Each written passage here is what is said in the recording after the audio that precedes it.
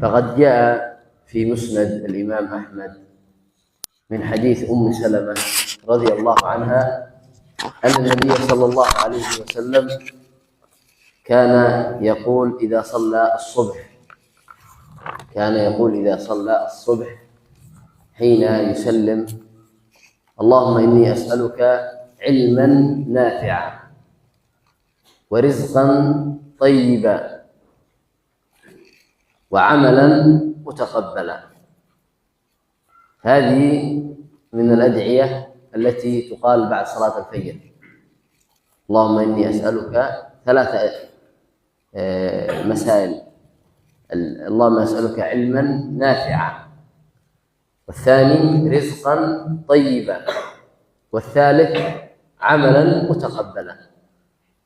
وهذه يحتاجها المسلم في كل يوم يحتاج هذه الثلاث: العلم النافع. وهذا إن شاء الله سيكون درس اليوم، وهو أن العلم النافع يحيي القلوب. والثاني الرزق الطيب، يحتاج رزق طيب، لأن هناك رزق خبيث، رزق الحرام.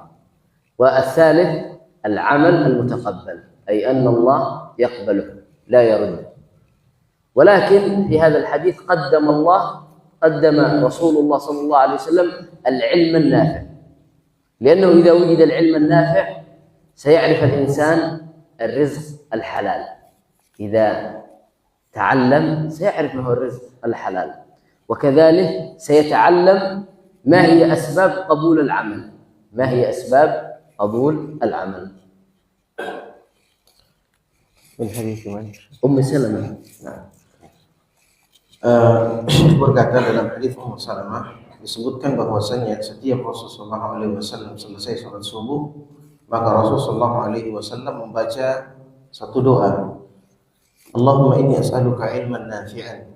Wahai Allah, sesungguhnya aku memohon kepadamu ilmu yang bermanfaat, wa rizqan thayyiba, dan rizki yang baik, wa amalan mutaqabbala, dan amalan yang diterima. Kata Syekh, ketiga hal yang diminta dalam doa ini adalah hal yang sangat dibutuhkan oleh seorang muslim dalam setiap harinya.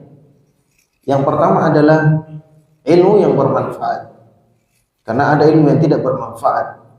Yang kedua, rizki yang baik, karena ada rizki yang jelek. Maka seorang muslim harus memilih atau meminta kepada Allah rizki yang baik. Dan yang ketiga adalah amalan yang diterima. Namun kata Syekh, perhatikan dalam doa ini Rasulullah SAW mendahulukan meminta ilmu yang bermanfaat. Kenapa? Karena dengan ilmu yang bermanfaat maka kita akan mengetahui mana rezeki yang baik dan mana rezeki yang jelek, mana rezeki yang halal dan mana yang haram. Kemudian dengan ilmu yang bermanfaat pula seseorang bisa mengetahui mana amalan yang diterima dan mana amalan yang tertolak. ولهذا العلم ينقسم إلى قسمين: القسم الأول العلم النافع، والثاني العلم غير النافع. ولهذا النبي صلى الله عليه وسلم كان يسأل الله العلم النافع كل يوم: اللهم إني أسألك علما نافعا.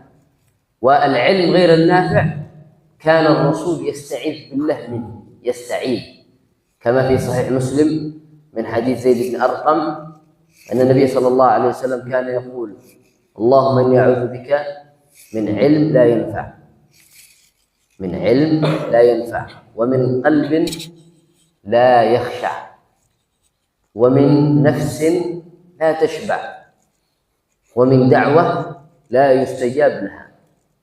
فهذه أربعة كان الرسول يتعوذ بالله منها ويلتجئ إلى الله سبحانه وتعالى من شرها: العلم، اللهم إني أعوذ بك من علم لا ينفع، والثاني القلب لا يخشع، والثالث النفس لا تشبع، والرابع دعوة لا يستجاب لها.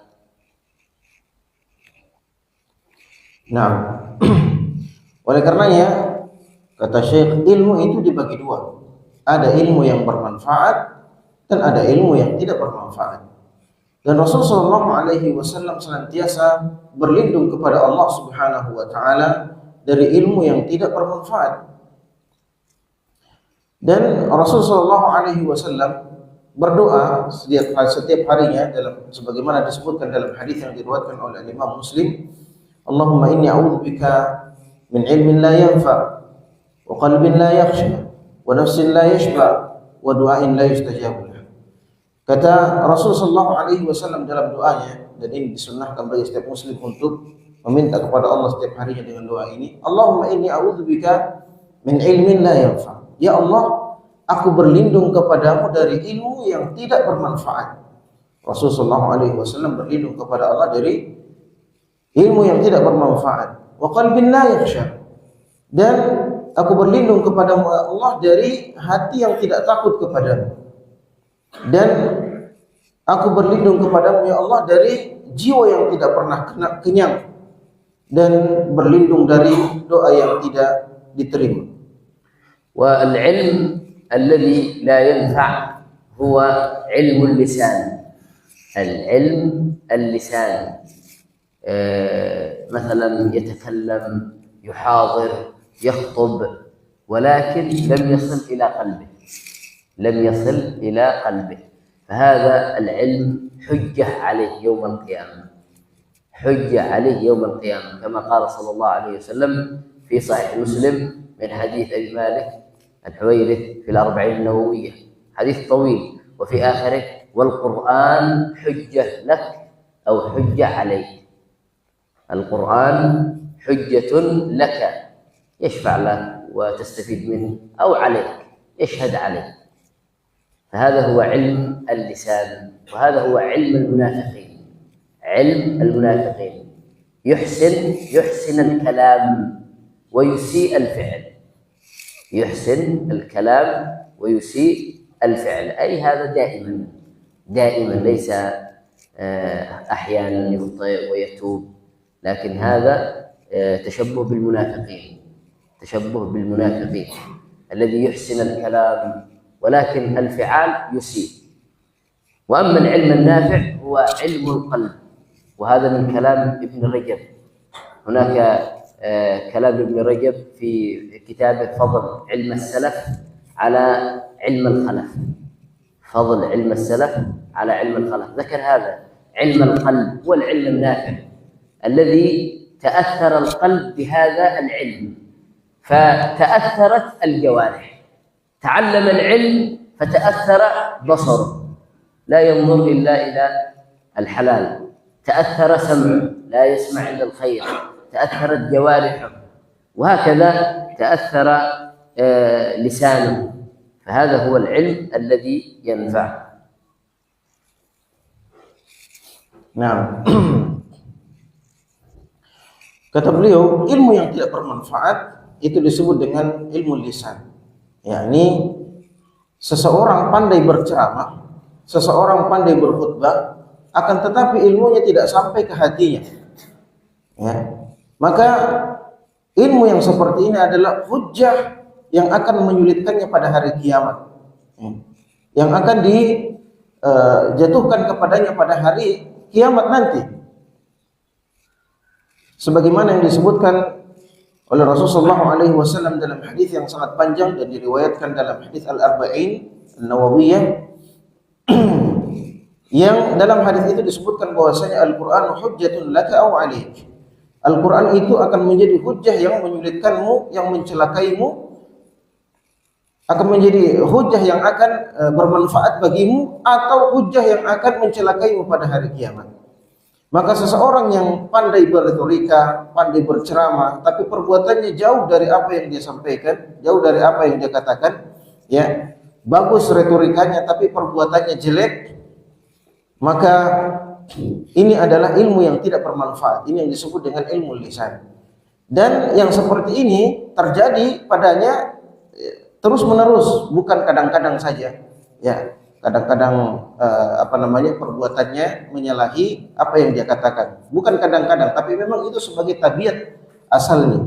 Ini ilmu yang tidak bermanfaat. Adapun ilmu yang bermanfaat itu disebut dengan ilmu qalb. Ya.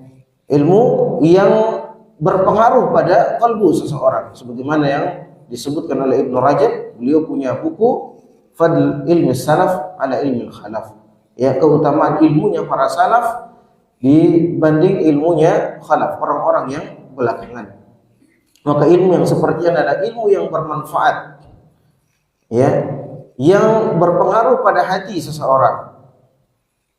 Dia tidak berbicara kecuali yang baik, dan apa yang dia katakan itu ya sama dengan apa yang dia lakukan. ولهذا الله سبحانه وتعالى جعل اليهود من المغضوب عليهم، من المغضوب عليهم.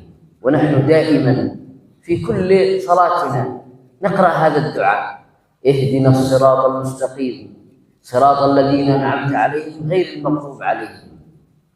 ولهذا يقول العلماء لابد نستشعر ونحس ونتذوق معنى هذه الآية ونقرأها بإخلاص: يا رب اهدنا الصراط المستقيم صراط الذين يعلمون ويعملون، ليس صراط المغضوب عليهم. المغضوب عليهم يعلمون ولا يعملون، ولا صراط الضالين الذين يعملون ولا يعلمون. فلذلك يقول سفيان بن عيينة: من فسد من علمائنا ففيه شبه من اليهود. العالم الذي لا يعمل بعلمه يأكل الحرام، يأكل مال الرشوة. العالم الذي عنده حسد، العالم الذي عنده حقد على الآخرين، هذا فيه شبه من اليهود لأنه لم ينتفع بعلمه. Nah, Allah Subhanahu wa taala menjadikan orang-orang Yahudi ya maghdub alaihim, orang-orang yang dimurkai oleh Allah Subhanahu wa taala. Dan ini kita baca dalam setiap salat kita. Kita berlindung kepada Allah Subhanahu wa taala dari ya seperti Yahudi. Allah Subhanahu wa taala berfirman dalam surah Al-Fatihah yang senantiasa kita baca dalam salat-salat kita: ihdinas siratal mustaqim siratal ladzina an'amta alaihim ghairil maghdubi alaihim waladdallin. Ya Allah, tunjukilah kami jalan yang lurus, jalan orang-orang yang Engkau berikan petunjuk kepada mereka, yang Engkau berikan kenikmatan kepada mereka, bukan jalannya orang-orang yang maghdub alaihim, bukan jalannya orang-orang yang Engkau murkai, dan bukan pula jalannya orang-orang yang sesat. Maka kata beliau, ya, kita harus senantiasa merasakan ayat ini, ya, sampai ke dalam hati kita sehingga mempengaruhi hati kita. Apa itu siratal mustaqim? Siratal mustaqim adalah jalannya orang-orang yang ya'lamuna wa ya'malun. Orang-orang yang mengilmuinya dan mengamalkannya, bukan jalannya orang Yahudi yang mereka tahu tapi tidak mengamalkan, dan bukan juga jalannya orang-orang yang dhalin yang mereka tidak tahu tapi mereka beramal. Oleh karenanya dalam perkataannya Sufyan ibn Uyainah, ya, man fasada min ulama'ina fa fihi syabahun minal yahud. Kata beliau, ulama-ulama kita yang rusak itu memiliki kemiripan dengan orang-orang Yahudi, ya. Kenapa? Kadang mereka mengetahui sesuatu, mengetahui ilmunya, akan tapi tidak mengamalkannya, yakni tidak berpengaruh pada hatinya. ولهذا شبه الله سبحانه وتعالى الذي لا يعمل بعلمه بأخس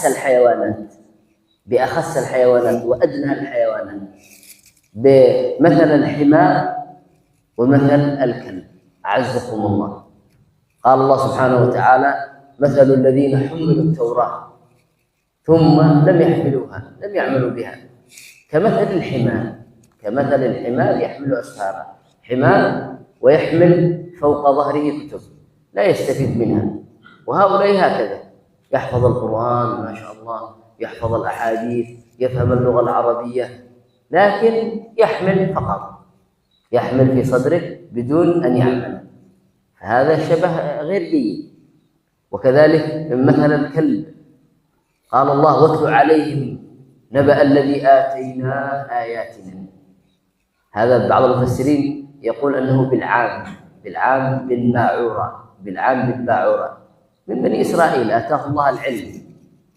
واتلو عليه نبأ الذي آتيناه آياتنا فانسلخ منها، ترك هذا العلم الذي آتاه الله، فأتبعه الشيطان فكان من الغاوين، ولو شئنا لرفعناه بها ولكنه أخلد إلى الأرض واتبع هواه. ما هو الشاهد؟ فمثله كمثل الكلب، هذا حاله مثل حال الكلب، إن تحمل عليه تريد أن تضربه يلهث يخرج لسانه، وإن تتركه لا تضربه ولا تزجره يلهث. فهؤلاء تنصحه لا تنصحه، تعظه لا تعظه، لا يستفيد. لماذا؟ بسبب الهوى. فشبهه الله حال لهث الكلب، يلهث يخرج لسانه. الكلب يخرج لسانه سواء كان عطشان أو غير عطشان، وهؤلاء ما ينفع معهم الموعظة ولا النصيحة. فمثله كمثل الكلب، إن تحمل عليه يلهث أو تتركه يلهث. ولذلك الله سبحانه وتعالى يقول فبئس مثلا، هذا المثل بئس، أن الإنسان يضرب حاله بحال الحيوانات والعياذ بالله سبحانه وتعالى.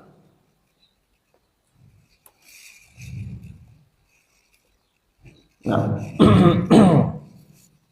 dalam Al-Quran Allah Subhanahu wa Ta'ala menyerupakan orang-orang yang tahu tapi tidak mengilmuinya atau sebaliknya, ya, dengan hewan-hewan yang rendah, seperti anjing atau keledai. Ya, seperti dalam ayat disebutkan,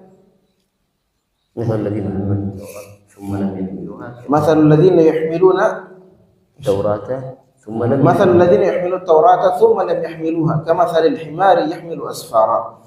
Allah Subhanahu wa Ta'ala mempermisalkan orang-orang yang membawa kitab Taurat akan tetapi tidak mengamalkannya, itu sama dengan keledai yang membawa buku-buku di pundaknya. Ya, keledai ini tidak paham apa yang dia bawa.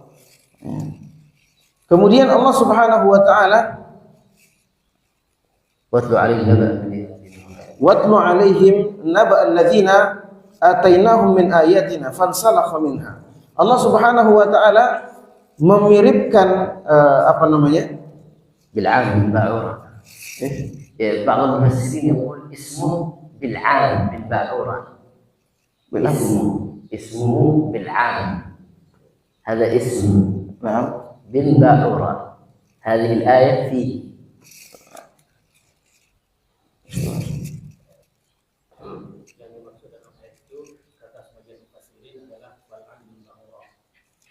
Ya, rajul ismuhu Bal'am bin Ba'ur. Oh, ismu. Nah. Ya, dalam ayat ini seseorang yang dinamai dengan Al-Am bin Bil'am bin Ba'ur. Al-Am bin Ba'ur. Ya, ismu. Nah. Dalam ayat ini disebutkan seperti orang yang kami kabarkan tentang mereka, yang kami berikan kepada mereka ayat-ayat, akan tetapi mereka meninggalkan ayat-ayat tersebut. Ya, kata Syekh, kenapa mereka meninggalkan ayat tersebut? Adalah karena hawa nafsunya. Ini dimisalkan seperti anjing yang senantiasa keluar lidahnya, ya, haus atau tidak haus tetap keluar lidahnya. Maka ini adalah seburuk-buruk permisalan dari Allah Subhanahu wa Ta'ala terhadap orang-orang yang seperti ini. Wal ilmu nafi' هو الذي يوصل العبد إلى خشية الله، يوصل العبد إلى الخوف من الله سبحانه وتعالى. ولهذا يقول الإمام أحمد أصل العلم أساس العلم خشية الله. أصل العلم خشية الله سبحانه وتعالى. وقال ابن مسعود رضي الله عنه كفى بخشية الله علما. يكفي إذا عندك خشية، يكفي هذا أن عندك علم عظيم. كفى بخشية الله علما، وكفى بالاغترار بالله جهلا. كفى بالاغترار بالله، عندك علم تحفظ القرآن تحفظ الأحاديث، لكن عندك اغترار بالله، تعمل الذنوب والمعاصي ولا تبالي. الله غفور رحيم، هذا هو الجهل. هذا هو الجهل بعظمة الله، الجهل أنك لا تدري بخطر الذنوب والمعاصي. لكن العلم النافع الذي يجعل الإنسان يخاف من الله، يخاف من الله، يخشى الله، يراقب الله، هذا هو الذي ينتفع به. ولذلك بعضنا كيف يعرف أنه ينتفع بالعلم؟ ينظر هل هو يخاف الله، هل هو يبتعد من الذنوب والمعاصي، أم أنه يسترسل ويتمادى ويصر. فهذا العلم لم يصل إلى قلبه، لم يصل إلى قلبه والعياذ بالله. Nah, ilmu yang bermanfaat adalah ilmu yang membuat orang takut kepada Allah Subhanahu wa ta'ala. Oleh karena itu para ulama mengatakan asalnya ilmu itu adalah rasa takut kepada Allah Subhanahu wa ta'ala. Ya, cukuplah seseorang dikatakan berilmu ketika dia takut kepada Allah Subhanahu wa ta'ala. Ilmunya membuat dia takut kepada Allah Subhanahu wa ta'ala. Dan cukuplah seseorang itu dikatakan sebagai orang yang bodoh apabila dia tertipu dengan ilmunya. Ya, dia menghafal Al-Quran, dia belajar agama, akan tetapi dia tidak menjauhi dosa-dosa dan maksiat.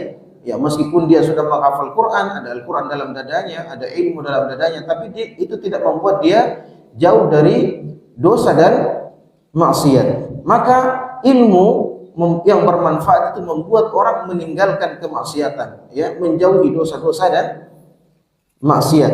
Maka kita bisa melihat seseorang yang berada di atas ilmu atau tidak.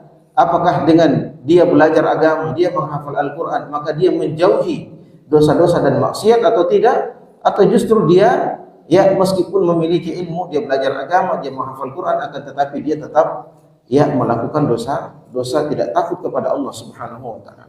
وإن شاء الله سنأخذ أمثلة نتعرف بها على العلم النافع الذي ينتفع به. من هذه الأمثلة أن العلم النافع يدعو صاحبه إلى الإخلاص لله سبحانه وتعالى. فالذي انتفع بعلمه تجد دائما يحدث نفسه بالإخلاص. أي عمل يعمل يسأل نفسه لماذا عملت هذا وينوي.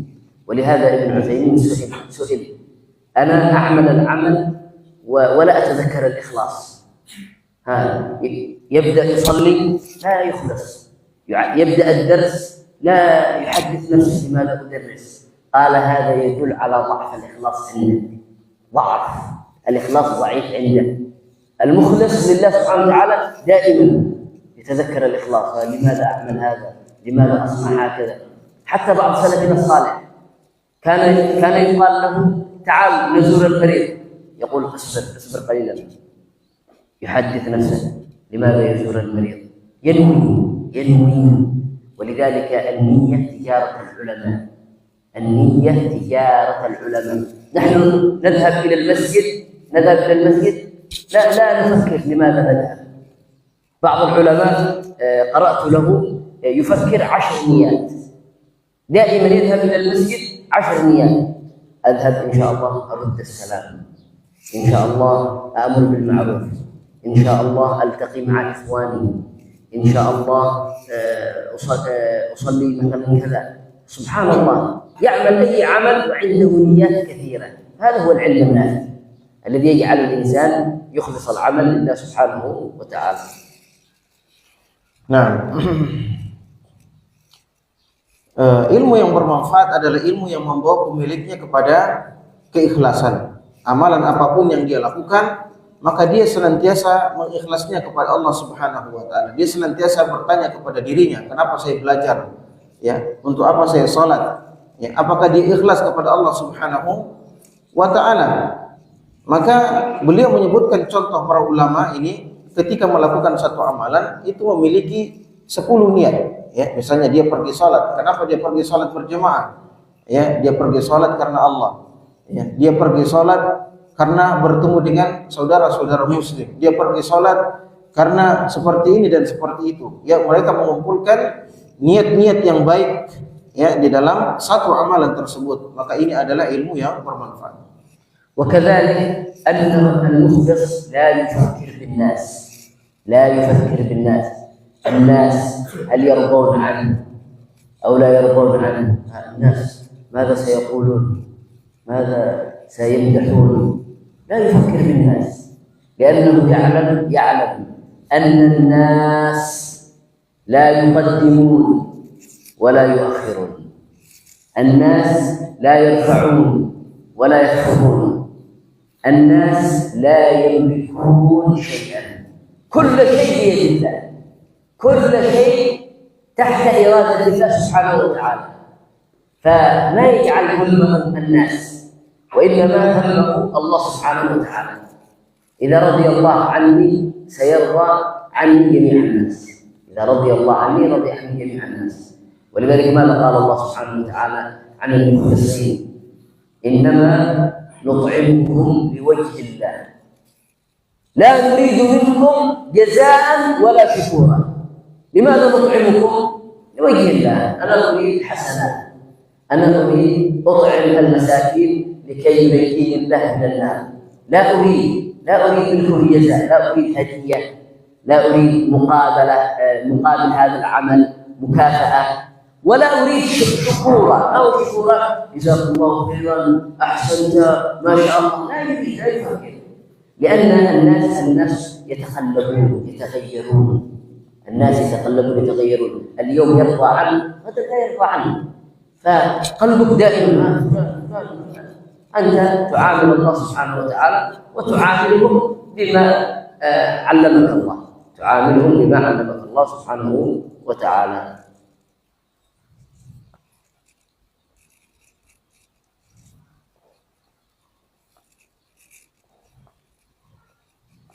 Ya. Seorang yang ikhlas, maka dia tidak berpikir tentang perkataan orang tentang dirinya. Ya, orang ridho kepada dia atau tidak. Kalau saya melakukan ini, apakah orang senang sama saya? Atau kalau saya melakukan ini, apakah orang tidak akan senang kepada saya? Dia tidak berpikir seperti itu. Ya. Karena manusia tidak akan memiliki apa-apa untuk dia. Ya, manusia kadang tidak bermanfaat untuk dia. Semuanya karena Allah Subhanahu wa taala. Dia mendapatkan manfaat atau mudarat semuanya datangnya dari Allah Subhanahu wa taala.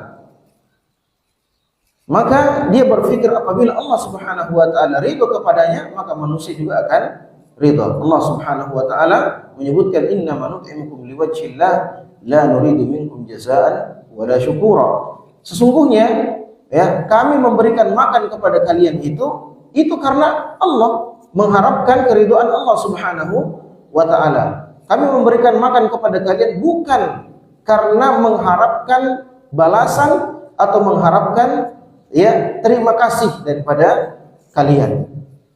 Ya, apapun yang kita lakukan untuk manusia semuanya karena Allah Subhanahu wa taala. Kita berbuat baik kepada mereka karena mengharapkan pahala dari Allah Subhanahu wa taala, bukan mengharapkan balasan dari manusia. Terkadang manusia ridho hari ini tapi besok tidak. Ya, maka yang kita cari dalam hidup ini adalah keridhaan Allah Subhanahu wa taala, mengamalkan apa yang diajarkan oleh Allah Subhanahu wa taala. وهكذا من علامات العلم النافع أن صاحبه ذو قلب رحيم، قلب رحيم بإخوانه المسلمين، ذو قلب رحيم بإخوانه المسلمين. وهذا هو حال سلفنا الصالح الصحابة ومن بعدهم، وهذا هو حال سلفنا الصالح من الصحابة ومن بعدهم. قال الله سبحانه وتعالى محمد رسول الله والذين معه أشداء على الكفار لكن مع إخوانهم رحماء بينهم، رحماء. وهكذا أهل السنة، قال ابن تيمية أهل السنة أعلم الناس بالحق، أعلم الناس بالحق وأرحم الناس بالخلق. ما شاء الله، العلم أعلم الناس بالحق، لكن الثاني هل أنت متصف بها؟ أرحم الناس بالخلق، عنده رحمة، وخاصة رحمة الناس بالعلم بالتعليم بمحبة الخير لهم، محبة الخير لهم. ولذلك جاء في الأربعين النووية من حديث أنس في البخاري ومسلم قال صلى الله عليه وسلم لا يؤمن أحدكم لا يؤمن أحدكم حتى يحب لأخيه ما يحب لنفسه. لا يؤمن الإيمان الكامل حتى تحب لأخيه ما تحب لنفسك. الذي تحبه لنفسك أحبه للآخرين. فهذا من علامات الإيمان الكامل. Nah, di antara tanda ilmu seseorang bermanfaat adalah hatinya menyayangi saudara-saudara muslimnya yang lain. Ya, dia memiliki sifat rahim, ya, sifat kasih sayang terhadap saudara-saudara muslim yang lain. Jadi disebutkan oleh Allah Subhanahu wa taala dalam Al-Qur'an, Muhammadur Rasulullah walladzina ma'ahu asyidda'u 'alal kuffar ruhama'u bainahum. Ya, Allah Subhanahu wa taala berfirman, Muhammad adalah utusan Allah dan orang-orang yang bersamanya, yakni kaum muslimin. Asyidda'u 'alal kuffar, ya, mereka keras terhadap orang-orang kafir. Tapi lihat apa kata Allah setelahnya, ruhama'u bainahum, ya, saling menyayangi di antara mereka. Ini adalah sifat Rasulullah dan orang-orang yang beriman bersamanya, yakni memiliki sifat rahim terhadap saudara-saudaranya muslim.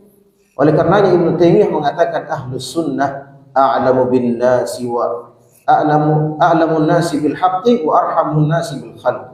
Ya, kata Syekhul Islam Ibnu Taimiyah, ahlus sunnah itu adalah orang yang paling mengetahui kebenaran. Ahlus sunnah adalah orang yang paling mengetahui kebenaran, dan ahlus sunnah adalah orang yang paling sayang kepada makhluk Allah Subhanahu wa taala. Mereka adalah orang-orang yang mencintai kebaikan untuk saudara-saudaranya, mencintai kebaikan untuk manusia, sebagaimana yang disebutkan dalam hadis Anas. La yu'minu Hadis Anas. Nah, Rasulullah SAW bersabda, la yu'minu ahadukum hatta yuhibba li akhihi ma yuhibbu li nafsihi. Tidaklah sempurna keimanan salah seorang di antara kalian sampai dia mencintai untuk saudaranya, dia menyukai untuk saudaranya apa yang dia sukai untuk dirinya sendiri. Ketika kita melakukan kebaikan, maka kita juga suka kalau ya saudara-saudara kita yang lain, saudara-saudara kaum muslimin melakukan atau memiliki kebaikan yang sama. Wa khassa ar-rahmah بالتعليم، تعليم الأطفال، تعليم الطلاب، هذه من علامات العلم النافع. ولهذا الشافعي رحمه الله تعالى كان يعلم الطلاب، ومنهم من طلابه الربيع بن سليمان وهكذا، فعلمهم في الحلقة لم يفهموا، ومنهم الربيع. وكان الشافعي يكرر ويعيد والربيع لم يفهم، فالشافعي يعيد له، يعيد ويكرر حتى فهم. فماذا قال الشافعي؟ سبحان الله، كلمة طيبة. قال: يا ربيع، لو أستطيع أن أطعمك العلم طعاما لأطعمتك. لو أستطيع أطعمك، لو العلم طعام لأطعمك هذا الطعام تأكله. لماذا؟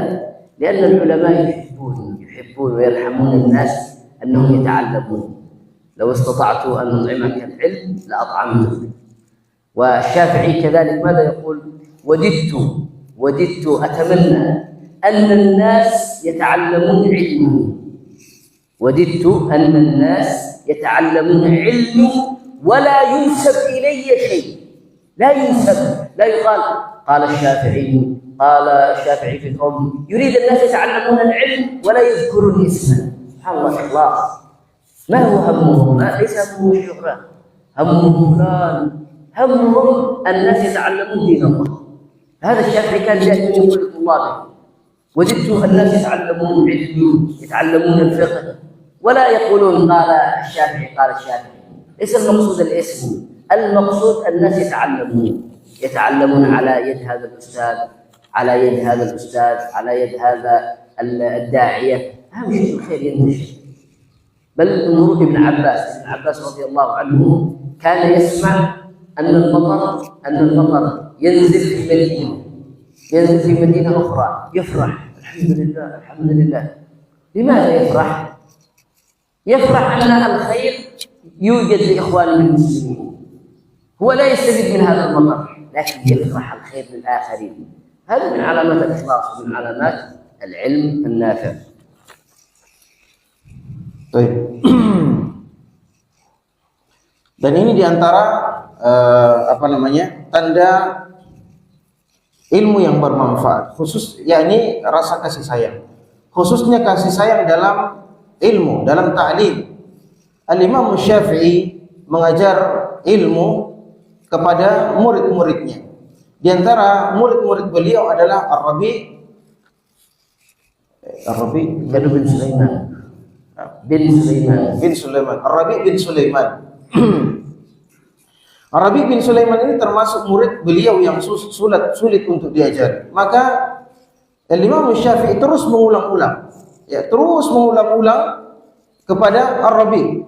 Ya, tapi Ar-Rabi' juga tidak paham-paham. Diulang terus oleh Syafi'i, Ar-Rabi' juga tidak faham-faham. Sampai Imam Syafi'i mengatakan, "Wahai Rabi', sekiranya aku mampu memberikanmu makan ilmu," aku kasih makan kau ilmu maksudnya, sekiranya saya bisa kasih makan kau ilmu ini, ya, ku suapi kau ilmu ini, maka saya akan suapi kamu ilmu itu. Ya, saking inginnya Imam Syafi'i untuk memberikan manfaat ilmu kepada Ar-Rabi'. kemudian qala 'allamahu mas'alah wahidah 40 marrah. 'Allamahu mas'alah wahidah 40 marrah. Ar-Rabi' hada? Nah, fi Sir A'lamin Nubala. Dalam Sir A'lamin Nubala disebutkan bahwasanya Imam Syafi'i mengajarkan satu persoalan, satu masalah kepada Ar-Rabi' ini 40 kali diulang-ulang. Nah, ini pelajaran bagi kita para ustaz ini. Baru 3 kali sudah jengkel gitu. Tak juga ini. Maka Imam Syafi'i mengatakan saking ikhlasnya beliau, saking sayangnya beliau kepada umat, beliau mengatakan waditu annan nas yata'allamuna ilmi wala yantasibuna ilaihi. Kata Imam Syafi'i, saya ingin manusia mempelajari ilmuku. Saya ingin manusia mempelajari ilmuku tetapi tidak menasabkan ilmu itu kepadaku. Manusia mempelajari ilmunya Imam Syafi'i, tapi tidak perlu orang-orang bilang, "Wah, saya belajar dari Imam Syafi'i.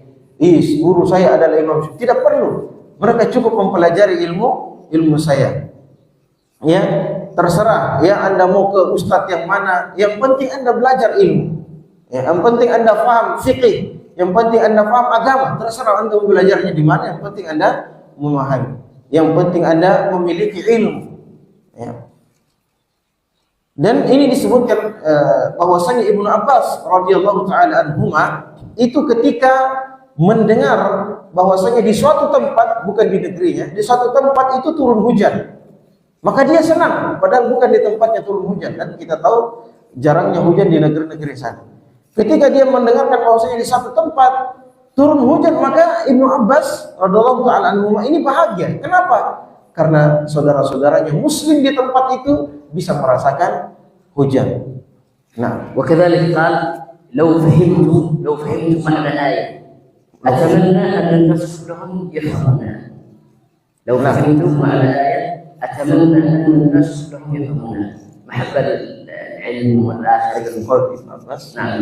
Di antara perkataan Ibnu Abbas, saking sayangnya beliau kepada umat ini, atau saking inginnya beliau agar umat ini mendapatkan manfaat ilmu, beliau mengatakan, kalau saya memahami satu ayat, dan Ibnu Abbas ini adalah ahli tafsirnya para sahabat. Beliau mengatakan, kalau saya memahami satu ayat, maka saya ingin semua orang mengetahui, memahami tafsir ayat tersebut.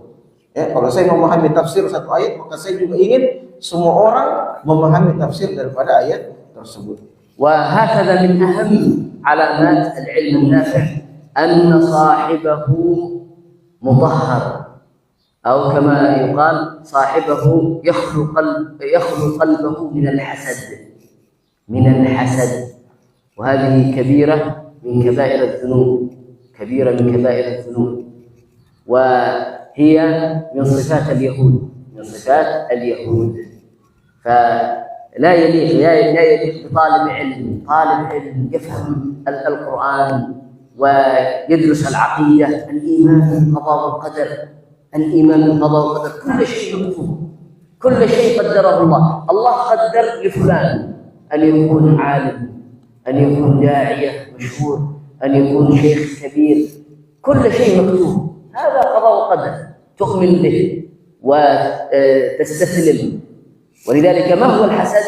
الحسد قال ابن تيمية هو أن تكره تكره ما أنعم الله على الآخرين، مجرد كراهية، يكره لماذا فلان؟ لا. أما الجمهور ماذا يقول الجمهور؟ الحسد هو تمني زوال النعمة، أنت تتمنى أن النعمة تزول. لكن ابن عثيمين يقول كذلك من الحسد المحرم الكراهة، تكره أن الله أنعم على فلان، أن الله أعطاه علم، أن الله أعطاه مال، أعطاه كذا من الدنيا. هذا مرض خطير وهو قليل الأدب، قليل الأدب مع الله. الله أعطاه، لماذا تعترض؟ لماذا أنت لا تتأدب مع الله؟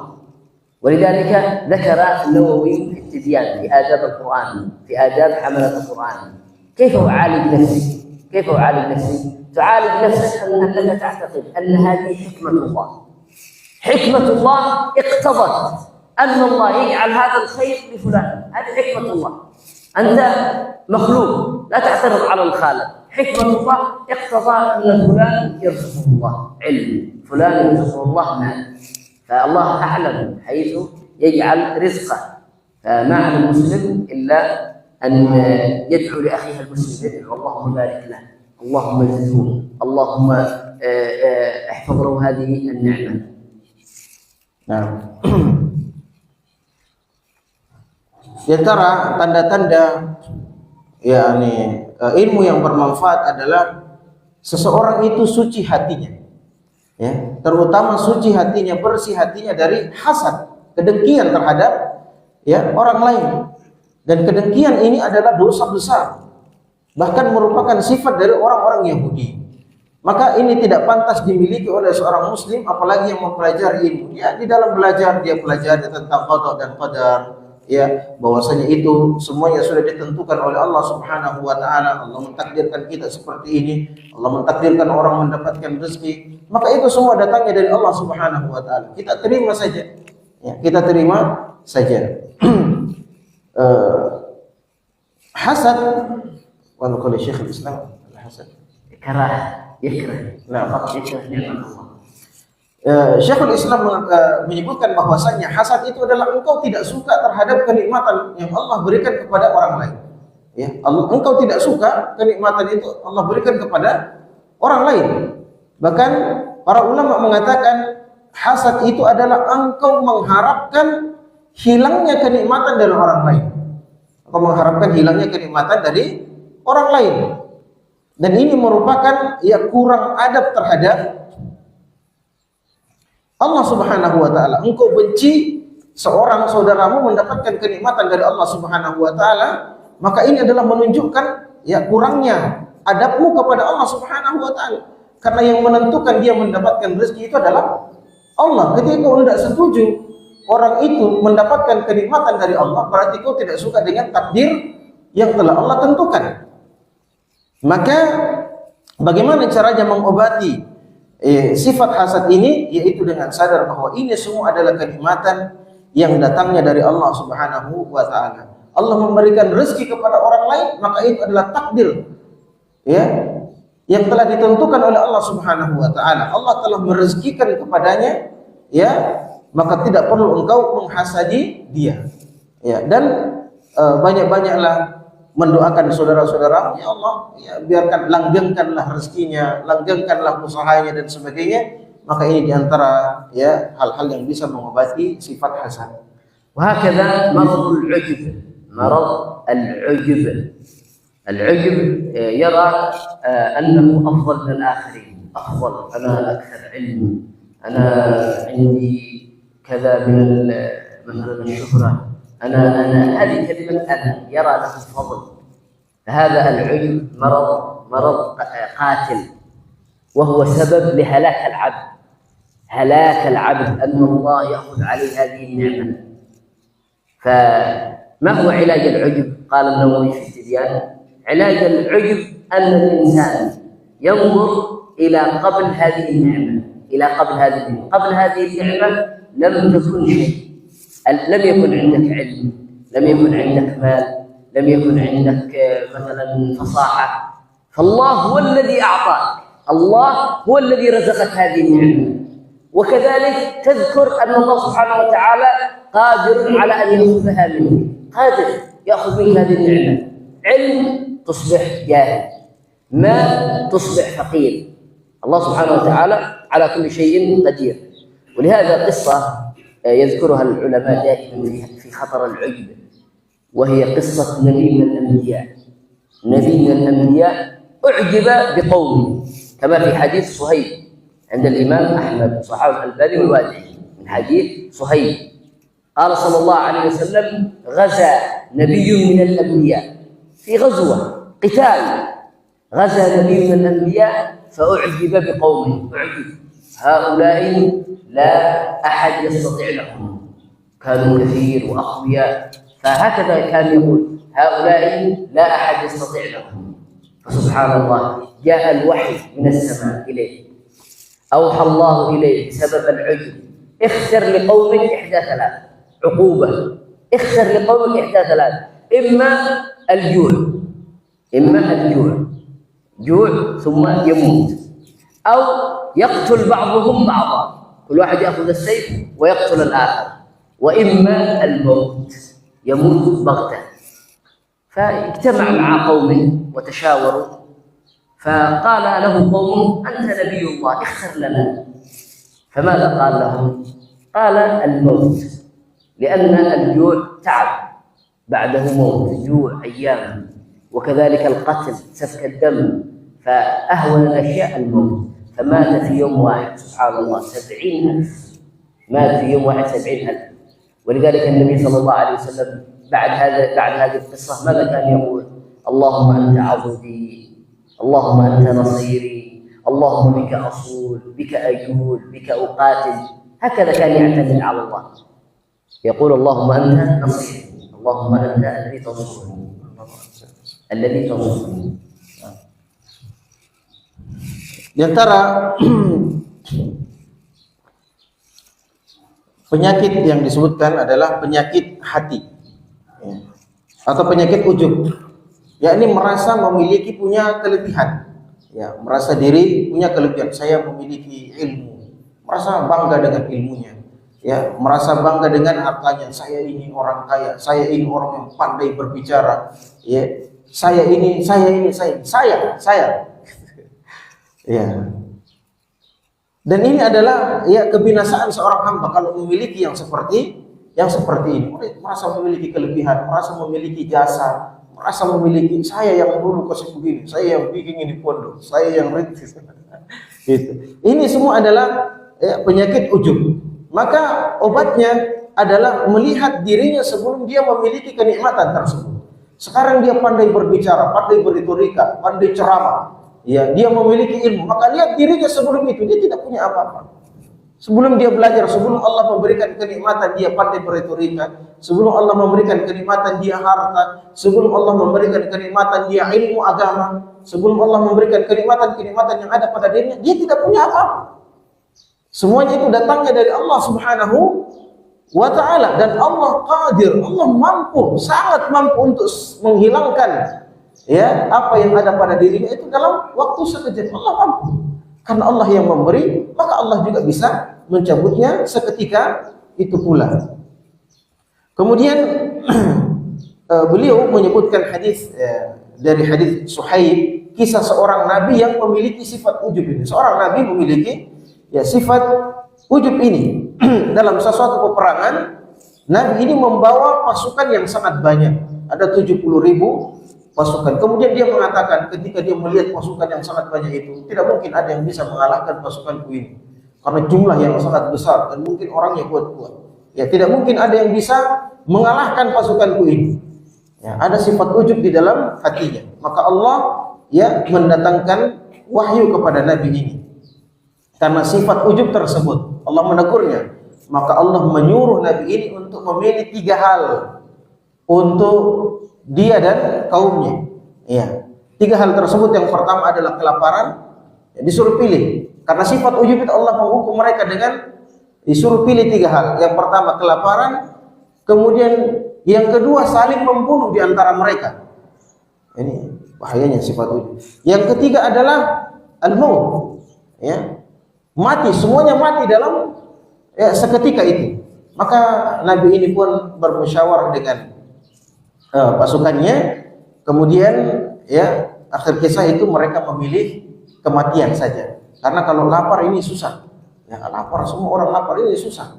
Ya capek orang, setengah mati orang. Kemudian kalau saling bunuh, ya pertumpahan darah di antara mereka, orang-orang yang mungkin saling bersaudara dan sebagainya. Dan ini pasti akan terjadi. Maka mereka lebih memilih kematian. Maka mereka pun mati seketika itu 70.000 orang. Ya. Nah, وهكذا أيها الإخوة من الأمثلة الطيبة للعلم النافع أن صاحبه يمسك لسانه. سبحان الله، بعض الطلاب عندما بدأ يطلب العلم، بدأ يدخل المعهد، تغير لسانه. لا غيبة، لا نميمة، لا سب، لا شتم.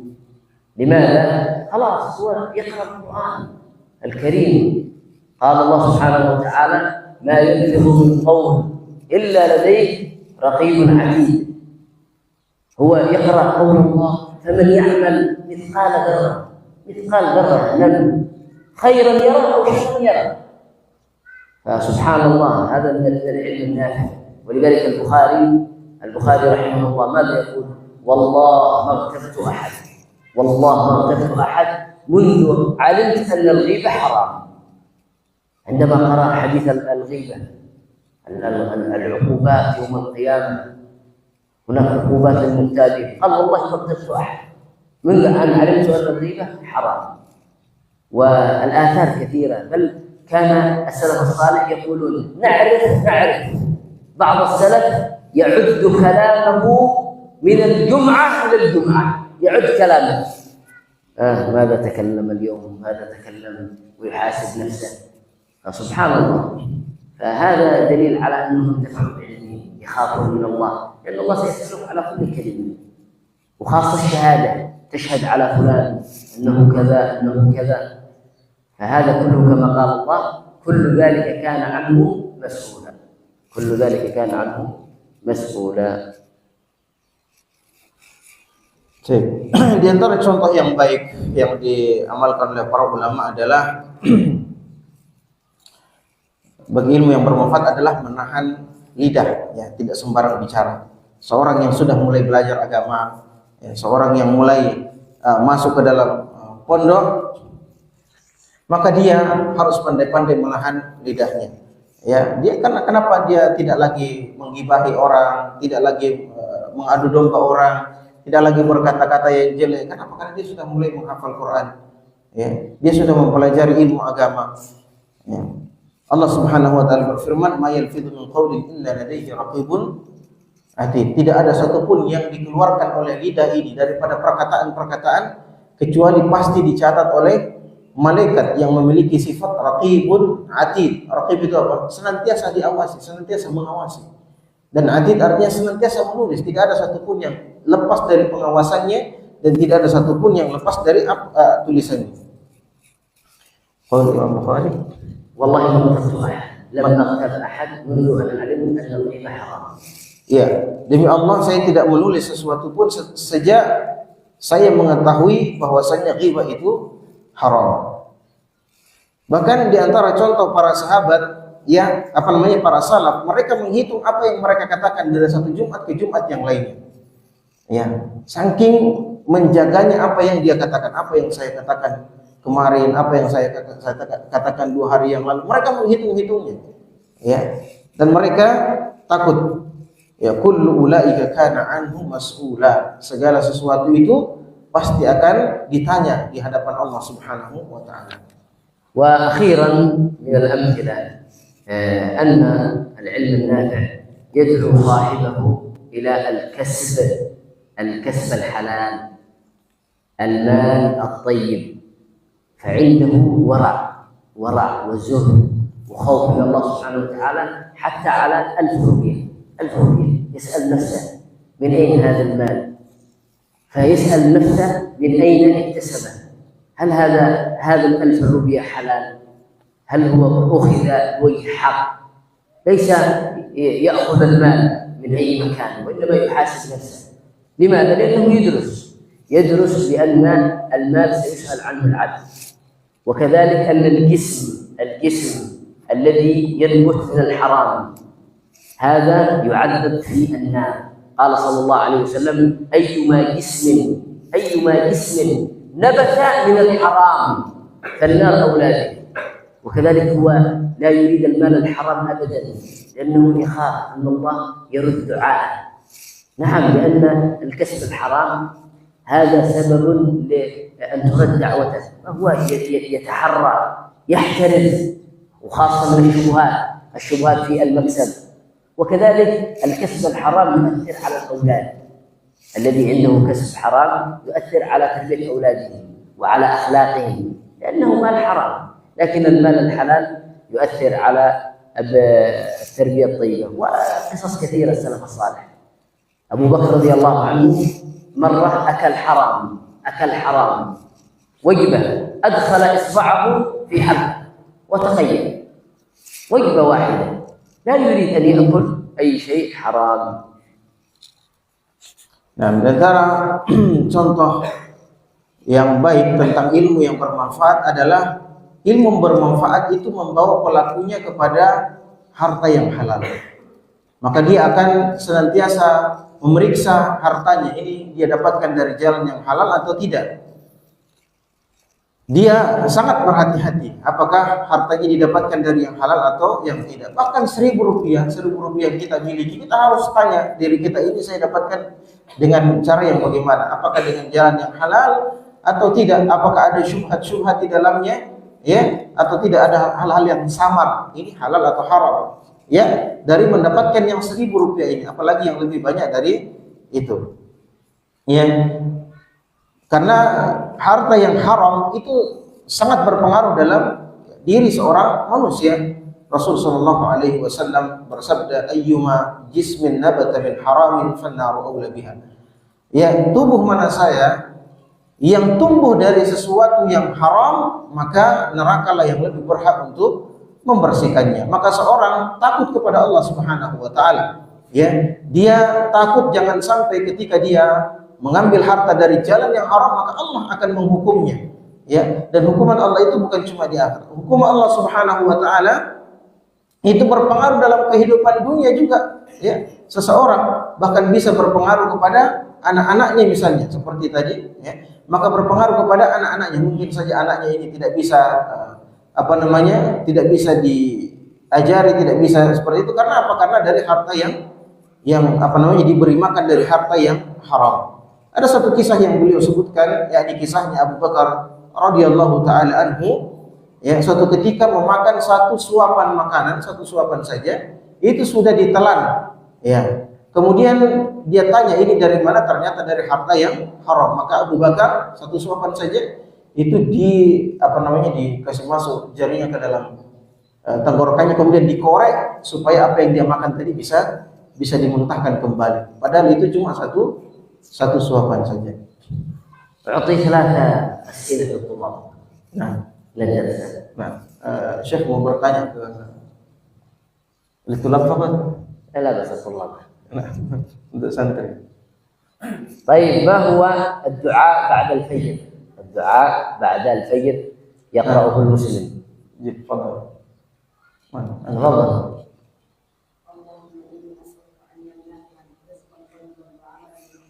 ما شاء الله. أنت اقرأ الدعاء.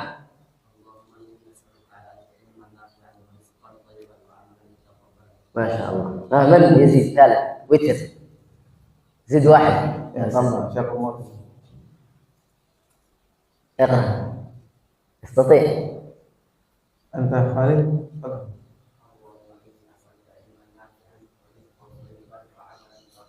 أحسن. طيب، من هو الطالب الذي كان يعلمه الشافعي 40 مرة؟ ما اسمه؟ ما اسم الطالب الذي علمه الشافعي 40 مرة؟ ترجمه يفهمون. ما شاء الله. الربيع بن سليمان. الربيع بن سليمان. ماذا قال له الشافعي؟ ماذا قال له الشافعي بعد أن علمه 40 مرة؟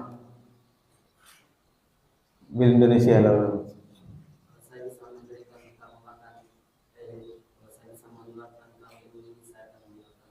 Nah, ما شاء الله. ما شاء الله. طيب، ما هو علاج الحسد؟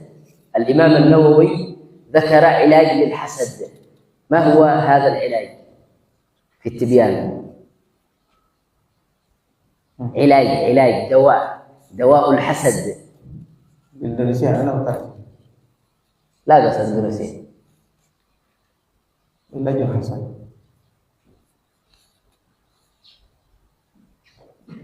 لا بس اقرأ بالأندونيسي.